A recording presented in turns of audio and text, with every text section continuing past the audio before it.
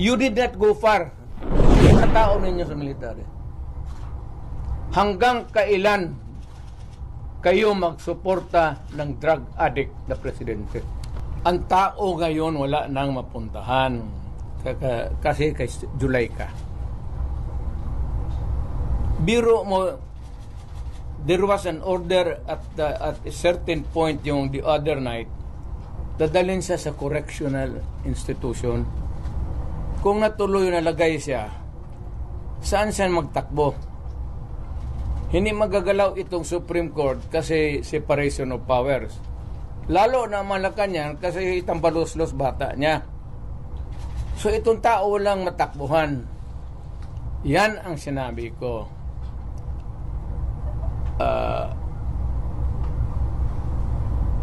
There is a fractured governance.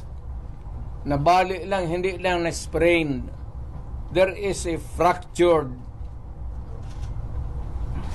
in the governance sa ating Pilipinas ngayon.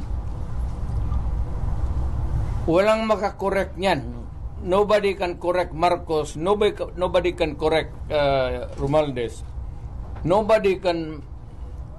it's a long process mapapil sa Supreme Court. Unless you dala ka ng kaso doon, matagalan yan.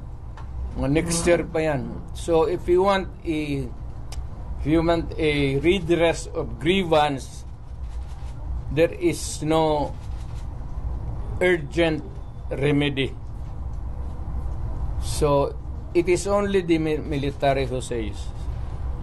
Kaya ang sabihin ko, presidente ako, nakita ko ang sitwasyon. Kung gano'n rin ang presidente na in face of so many errors there, nagtupak-tupak na ng hanggang nagkaroon ng breakage, fractured governance. It is only the military who can correct it. Are you saying a military junta can answer? No. Sinabi ko sa lahat yan, magtanong ka ng sundalo niya, mga opisyal dyan, sinabi nang maghunta ka. Sinabi ko lang, it is only the military who can correct it. Now, to answer your question, ibig kong sabihin ang military, well, it's an option sa military. One, they just can sit there sa upuan nila, doon sa bukid, maglinis ng barel. Magsabi lang sila na we are not anymore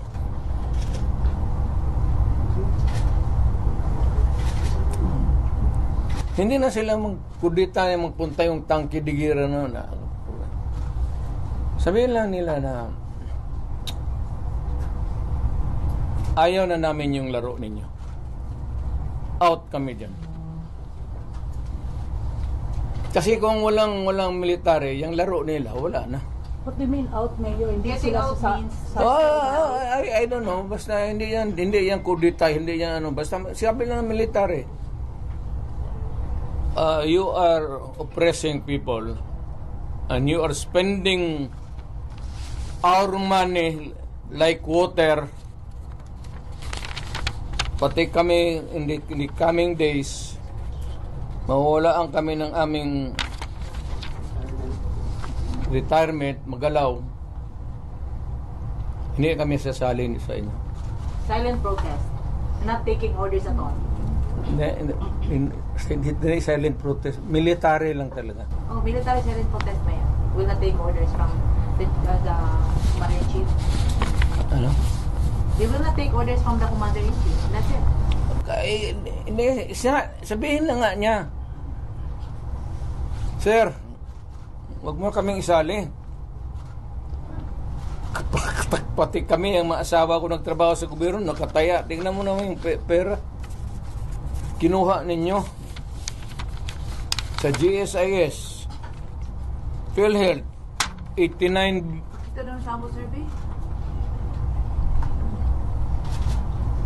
Pero Pinagbili nila, saan itong pera? 25 tons of gold reserves natin sold amounting to 129 billion.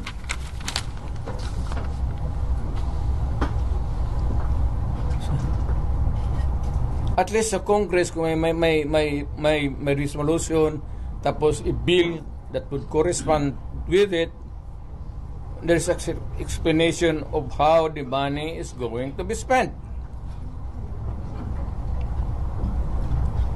Pero ito, paano ito ngayon? Sila na nakaalam nito. Yung Maharlika, sila na nakaalam nito. Walang participation ang people dyan pati ito. So, gaya nitong 25 tons. Alam ba ng military yan? Hindi sabihin nila, kung wala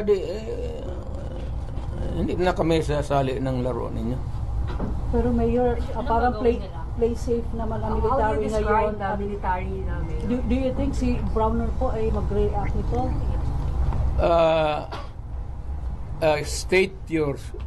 Can you restate your statement? Can you expect that Browner will react? When ito, pag nilabas din ito, your question must also correspondingly appear.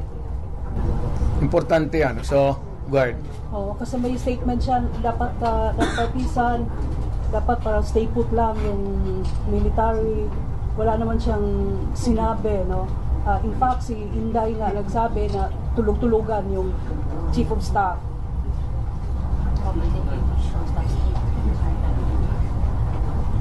Paano daw makakatulog yung AFP Chief of Staff? 10 billion yung nawawala. Matagal na siyang natulog. Alam niya yung commander-in-chief niya nagdudruga. Noon pa yan, alam na ng lahat. Baka siya lang ang hindi. Ang mga polis. Kaming taga Davao, alam namin si Lagdameo nagdudruga.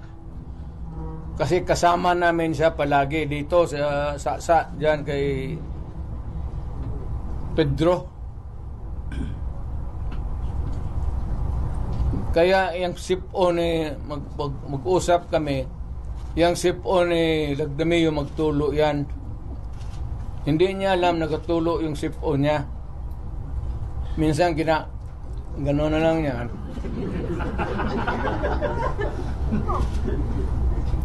Alam ni Marcos na si Lagdameo durugista. Alam ni Lagdameo na durugista. Magkasama yan sila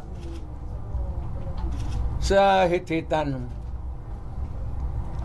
So, another appropriate question would be yung ito with sincerity. Kayo bang mga military pati police, would you still continue to support a drug addict? Alam ninyo kung tanungin mo lang yung Presidential Security Command. Puro military man yan. You did not go far. Yung mga tao ninyo sa military. Hanggang kailan kayo magsuporta ng drug addict na presidente? Sabihin mo sa amin. Kasi nagpapatulong kami to get the answers.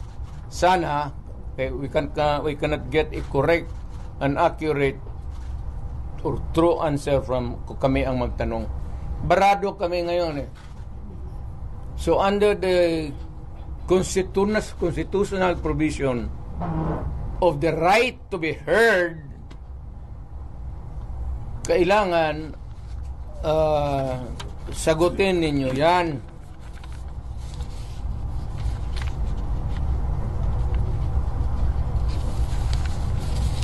Would it help if one would... The right to be heard, the right to be informed. Importante yan.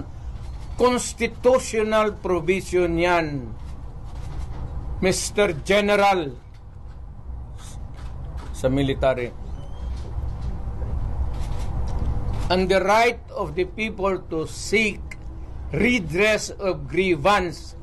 Kayo lang ang makabigay niyan ngayon.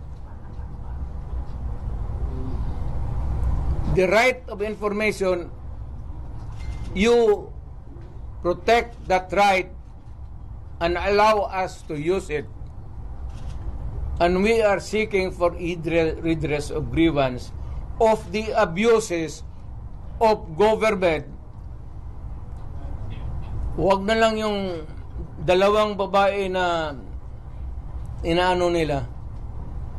Karaming sabi, ganon, tantrum. Hysterical yun, hindi yun ano. Eh, kung ikaw may kasama ka na worker mo, nag-delirium na, what are you supposed to do?